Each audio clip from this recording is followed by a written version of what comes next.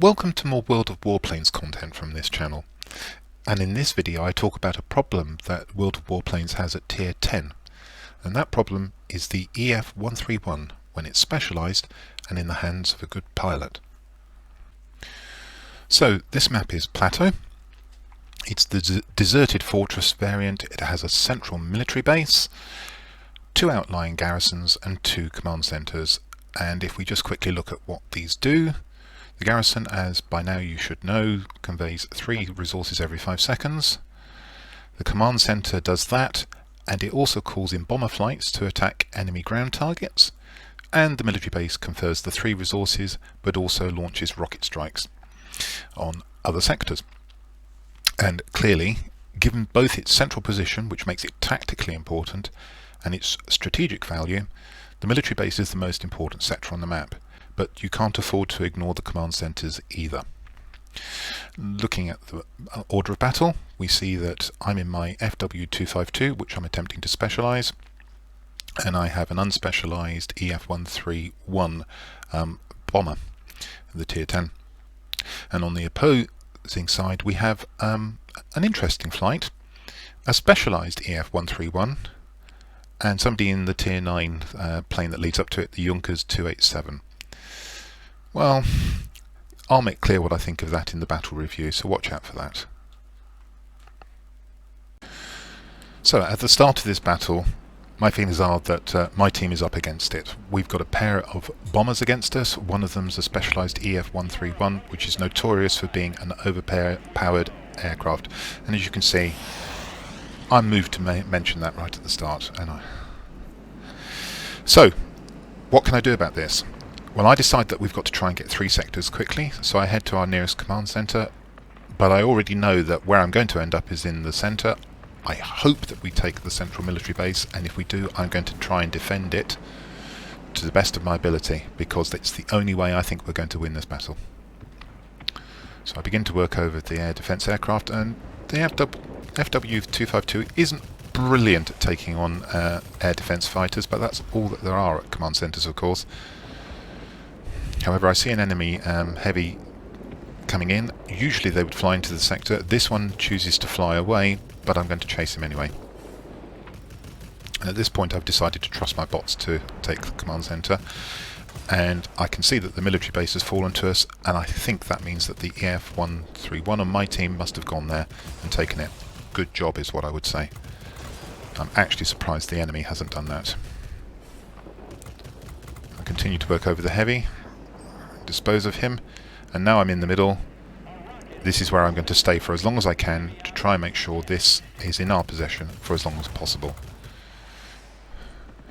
I'll be truthful, I wasn't hopeful, and here comes the specialised, one of the specialised bombers. It turns out to be the Junkers. I decide to leave him because he's nowhere near as powerful as the EF-131, and continue working over the ground attacker.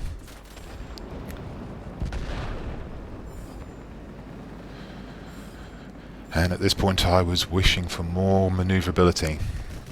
I decided to chase the Junkers, and I helped destroy him.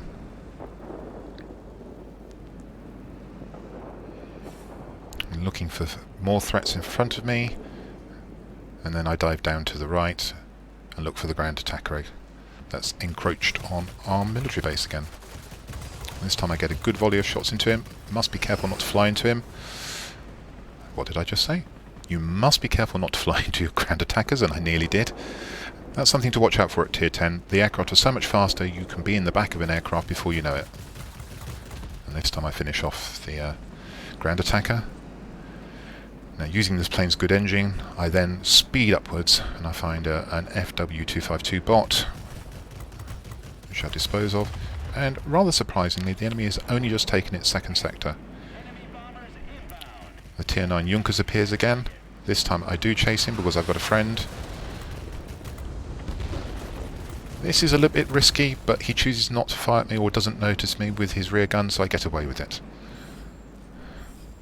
Going upwards again, and then I spot a ground attacker coming in. Get some good volleys into him. Break off. Look up to make sure I'm not being threatened. I'm okay. Go back for the ground attacker again. Get slightly distracted by the bomber,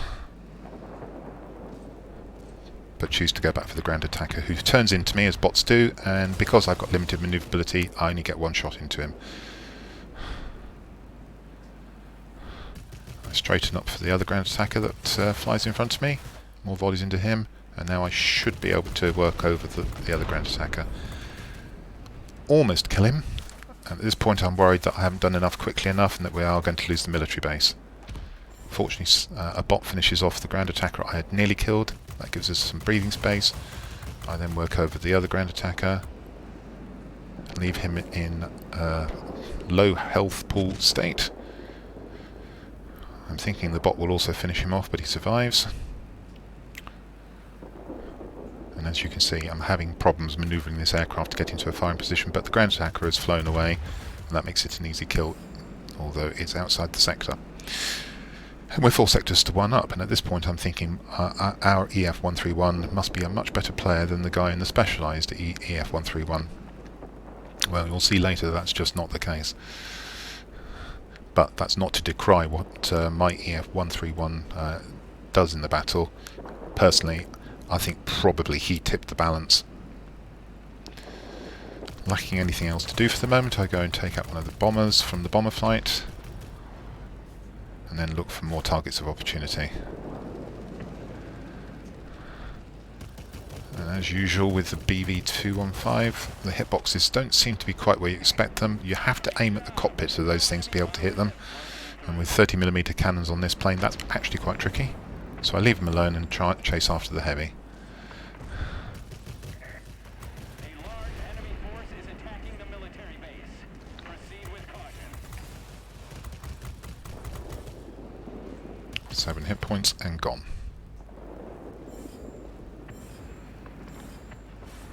And in comes another specialised bomber. It's the Tier 9 again, and at this point I think possibly the EF-131 is doing a tour and possibly leaving this sector to his friend for practice, and he flips it. I do something again slightly dangerous. I go behind him and shoot him down because I don't want him going to other sectors. But now the game's turned distinctly in the favour of the enemy. They have the military base. We've got to get this back as soon as possible. I hope my EF-131 is going to do it. In the meantime, I'm going to try and stop this ground attacker from getting anywhere else. And you may have just noticed in front of me there was a specialised bomber which was probably the EF-131, and he's just taken the garrison, and we're now 4 sectors to 1 down. And this is actually how I expected the battle to go from the start. I'm surprised we've been in it for as long as we have. But I've done my bit. I'm pretty sure my bomber in the EF-131 has done his bit. I'm now going to work over this ground attacker that's foolishly flown into the military base. That gives me an opportunity to turn it towards us a little. I go looking for the multi-rolls. Completely miss the F-94, but I can outmaneuver this plane, so I go after it.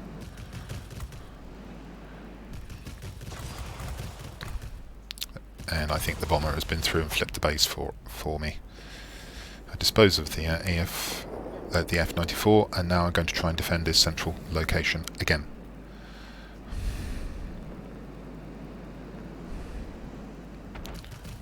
Shoot at the FW-252. I haven't overlooked the bomber. I'm looking for him now. I don't want to go necessarily behind him. It's the Tier 9 Junkers again. And by this time I'm beginning to think that the enemy bomber flight is making a tactical mistake. The EF-131 should be doing what the Junkers has tried to do, and the Junkers should be doing the garrison tour. But there you can see that the rear gunner of the Junkers absolutely made a mess of me. I've lost my engine. The only thing I can do is hide behind this mountain. I've mentioned before that an FW-252 without an engine is basically a flying brick and useless to everybody. And finally we see the EF-131 come into the middle. He's clearly got irritated by the fact his team isn't winning this battle, and he's now decided he's going to cap every sector that he can. And unfortunately he's got the ability to do it in that plane, and you can see the military base falls pretty quickly.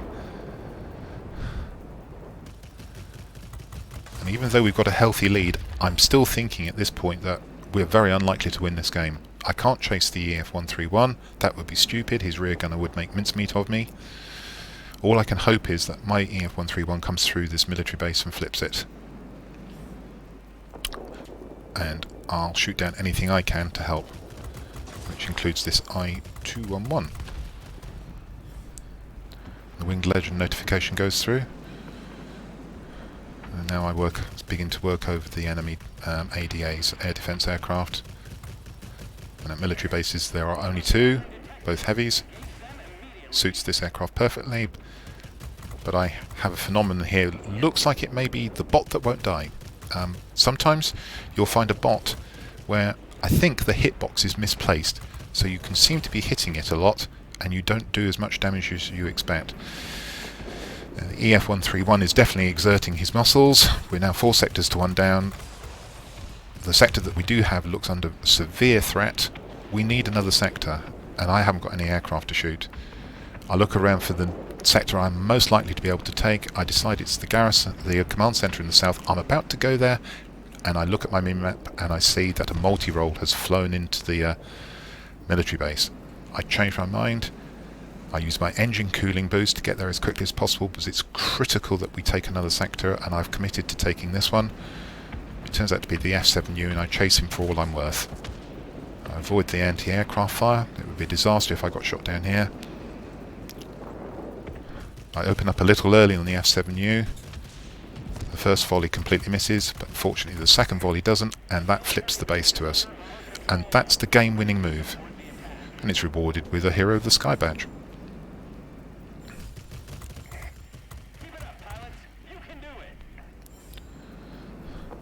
And much against my expectation, we have won this battle. And that's down to two things really: my tactics and my EF-131 making a suitable contribution. Quite a good haul of medals there, and 17,885 points. And look out for what I say in the battle review. So let's review the results of this battle. And as you can see in the centre, it's a 5 chevron battle. That's a grade 1 fighter, the best result possible. 183,334 silver or credits with a premium account bonus. If we pop across to the message panel, we can see that my aircraft wasn't shot down, and because I used prepaid consumables, there were no expenses. So the 183,000 is both the gross and the net figure. 9,827 combat experience with bonuses. That includes the premium account bonus, and this was a ×2 win as well.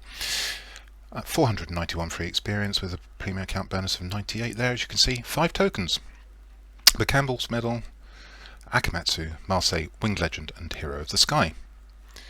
Turning to the personal score, we can see that 2 of the class-specific missions were fully completed, and we were 1 aircraft short of completing the 3rd one. 17,885 personal points, really good score given the matchmaking in my opinion, well certainly for me. 3 sectors captured, 19 aerial targets destroyed, shucks, missed the ace by 1.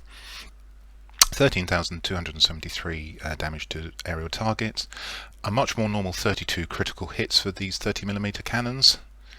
Capture points of 580, which we can see was split 280 for defending sectors, 300 for attacking. It doesn't feel like the game. I thought I was defending that central sector a lot there, but there you go. Coming to the team score, we can see that that was enough for first place on my team, and considering he was unspecialised, my EF-131 probably tipped the game in our favour by making a good contribution. And let's look at the enemy team. Well, a bomber flight. Really? Okay, one of them's in the Junkers 287, the Tier 9. That's still a high score. There's a massive score for the person in the EF-131, which was specialised. Both of these were specialised. And he can count himself unlucky he didn't win this game. Do I have any sympathy for him? Not one bit. Let's have a look at his battle results, his summary. And here we have it. Look at this, 96.76%. And that's only on 135 hours flying, but the clue's here in the name: Slava Ukraini. I apologise if I've mispronounced that. Slav Ukraine, probably.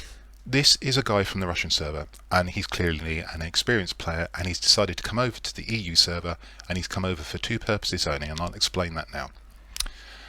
34 hours in his EF-131, which is, when it's specialised and in the hands of a competent pilot, overpowered. It totally unbalances Tier 10 and Tier 9 gameplay. His second most played aircraft is another bomber, and this is the premium Russian bomber at Tier 8. Presumably he's playing this so that he can get credits for his play on the EU server. This may seem like an outlier. He obviously does something different. You may be saying to yourself, that's a Tier 3 heavy. Yes, I'll tell you what he's doing. He's seal clubbing new players and discouraging them.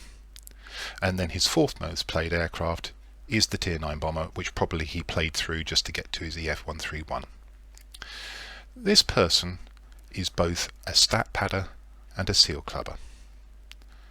And you can probably hear from the tone of my voice what I think of this, so I'm not going to put it into words.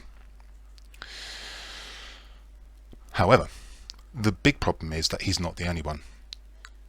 Wargaming, by allowing overpowered bombers in the game that can bomb at low level, have huge rear guns, unfortunately it wasn't employed against me in this game, and make ground attackers obsolete, are doing their game a tremendous disservice.